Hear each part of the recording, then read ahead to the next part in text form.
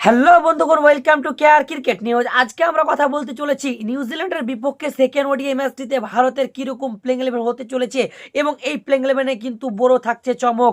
কোন প্লেয়ারগুলোকে বাদ দিতে চলেছে এবং এই প্লেয়ারগুলোকে নিয়ে আসতে চলেছে সেকেন্ড ওডিআই ম্যাচটিতে, তা আমরা কিন্তু বিস্তারিত আলোচনা করবই। ঠিক তা উল্টো দিকে কিন্তু আইপিএল নিয়ে একটি বড় আপডেট বেরিয়ে আসছে, সেটি হচ্ছে কলকাতা নাইট রাইডার্সকে নিয়ে। কলকাতা নাইট রাইডার্সকে আপডেট রয়েছে, সেটি তো আমরা আলোচনা করবো। তার আগে তুমি তো হয়ে থাকো এই চ্যানেলে নতুন ভিউয়ার্স এবং নতুন অডিয়েন্স, তাহলে কিন্তু এই চ্যানেলটি অবশ্যই সাবস্ক্রাইব করে দাও এবং ফেসবুক থেকে দেখে থাকলে ফেসবুকটি ফলো দিয়ে দাও।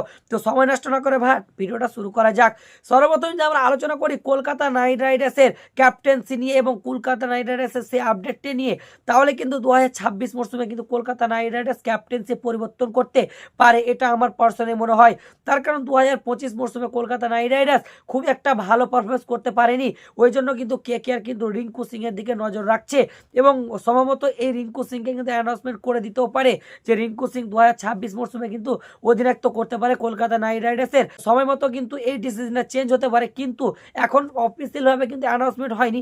তবু কিন্তু সোশ্যাল মিডিয়া আপডেটগুলো শুনে যেগুলো রিপোর্ট যে বেরিয়ে আসছে সেই আপডেটটাই আমি তোমাদের সামনে তুলে ধরছি। ঠিকটা উল্টো দিকে ক্যাপ্টেন্সি রিঙ্কু সিং না আজিঙ্কে রাহানে কোন প্লেয়ারটি করলে সব থেকে ভালো হয় কেকেআরের জন্য এবং 2026 মরশুমে কে সব থেকে বেস্ট হবে, তোমার মূল্যবান মতামত অবশ্যই কমেন্ট বক্সে লিখে জানাতে পারো। ঠিকটা উল্টো দিকে নিউজিল্যান্ডের বিপক্ষে সেকেন্ড ওডিআই ম্যাচটিতে ভারতের কি থাকছে বড় চমক, যেরকমটা তোমরা জানো ফার্স্ট ওডিআই ম্যাচটা কিন্তু ওয়াশিংটন সুন্দর ইনজুরির জন্য পুরোপুরি রুলড আউট হয়ে গেছে এবং ওয়াশিংটন সুন্দরের পরিবর্তে আয়ুষ বাদুনিকে নিয়ে এসছে টিম ম্যানেজমেন্ট। আয়ুষ বাদুনি কি চান্স পেতে চলেছে না অন্য কোনো প্লেয়ার, তা আমরা এক নজরে দেখে নিই প্লেইং ইলেভেনের মাধ্যমে। সর্বপ্রথম ওপেনিং করতে আসবে রোহিত শর্মা এবং শুভমান গিল। ঠিকটাই 3 নম্বরে থাকছে বিরাট কোহলি, 4-এ থাকবে তোমার শ্রেয়াস আয়ার, 5-এ কেএল রাহুল, 6-এ নীতিশ কুমার রেড্ডি। হ্যাভরেজ এটা আমার পার্সোনালি মনে হচ্ছে 6-এ নীতিশ কুমার রেড্ডিকে খেলাতে চলেছে ওয়াশিংটন সুন্দরের পরিবর্তে। ওয়াশিংটন একটি স্পিন অলরাউন্ডার, এখানে কিন্তু পেস অলরাউন্ডার কিন্তু হচ্ছে নীতিশ কুমার রেড্ডি এবং আমার পার্সোনালি মনে হয় কিন্তু একটা বোলিং অপশন নিয়ে যাবে ভারত ম্যানেজমেন্ট এবং অবশ্যই কিন্তু আয়ুষ বাদুনিকে রিপ্লেসমেন্ট হিসাবে নিয়ে এসছে, কিন্তু তাকে কিন্তু ড্যাগআউটে বসিয়ে রাখবে এবং নীতিশ কুমার রেড্ডিকে মৌকা দিতে পারে, এটা আমার পার্সোনালি মনে হচ্ছে। ঠিকটা উল্টো দিকে 7-এ থাকছে তোমার রবীন্দ্র জাদেজা, 8-এ হর্ষিত রানা, 9-এ থাকবে প্রসিদ্ধ কৃষ্ণা, 10-এ কুলদীপ যাদব, 11-তে থাকবে মোহাম্মদ সিরাজ। এটাই কিন্তু প্লেইং ইলেভেন হতে চলেছে ভারতের নিউজিল্যান্ডের বিপক্ষে সেকেন্ড ওডিআই ম্যাচটিতে।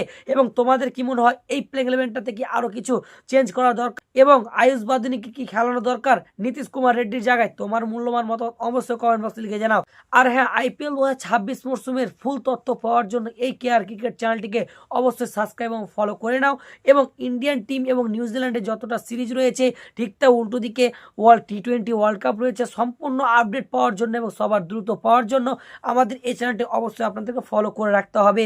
তো দেখা হচ্ছে নতুন অন্য কোনো ভিডিওতে, ততক্ষণ পর্যন্ত তোমরা সব ভালো থেকো, ধন্যবাদ।